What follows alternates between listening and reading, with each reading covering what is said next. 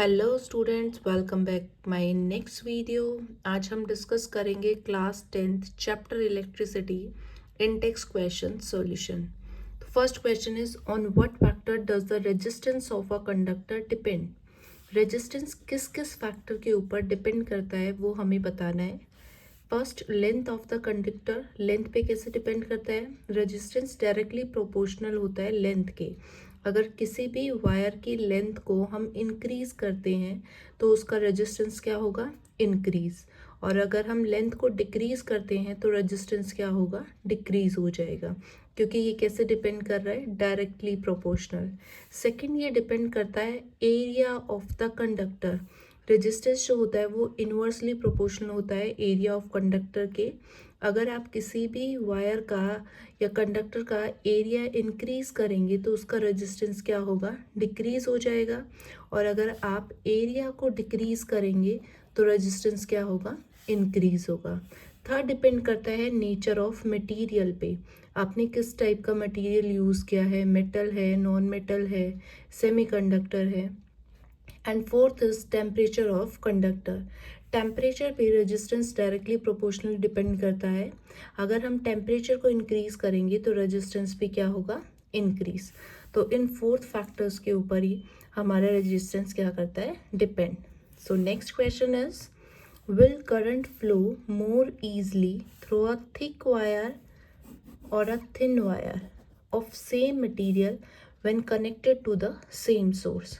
Question में क्या पूछा गया है, करंट जो है वो ज़्यादा आसानी से किस में फ्लो करेगा, एक थिक वायर में या फिर थिन वायर के अंदर। दोनों वायर का मटेरियल क्या है, सेम दिया हुआ है यहाँ पे, और दोनों को सेम सोर्स के साथ कनेक्ट किया है।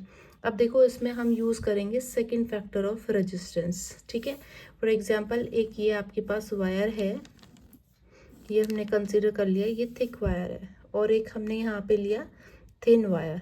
ठीक है, अब यहाँ पे जो थिक वायर है इसका एरिया क्या है, ज़्यादा। एरिया ज़्यादा है तो रेजिस्टेंस क्या होगा, कम। अब इस क्वेश्चन में क्या पूछा है, करंट के बारे में पूछा है, तो हम क्या यूज़ करेंगे, Ohm's law, V equals to I R. तो यहाँ से I की वैल्यू क्या होगी, V अपॉन R। तो I जो है वो क्या है, inversely proportional to R।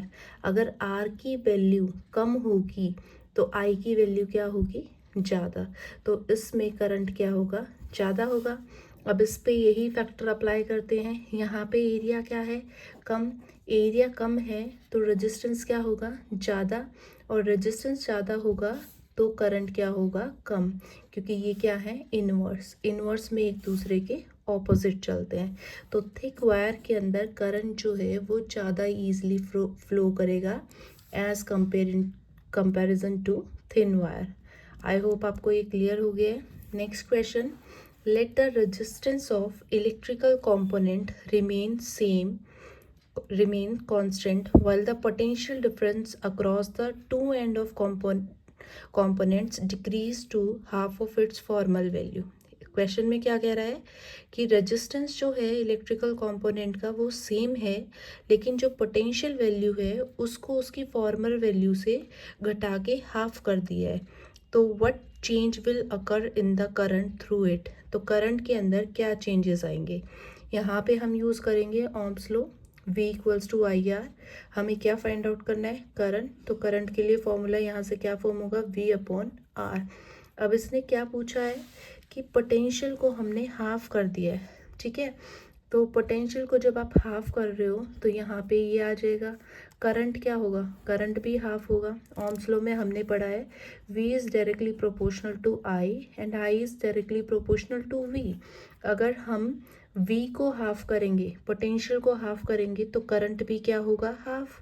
Current को हाफ कर रहे हैं तो भी पोटेंशियल क्या होगा, हाफ, क्योंकि ये क्या है, डायरेक्टली प्रोपोर्शनल। आई होप आपको ये क्वेश्चन समझ आए होंगे। नेक्स्ट वीडियो में मिलते हैं नेक्स्ट क्वेश्चंस के साथ, तब तक के लिए bye bye and revise this.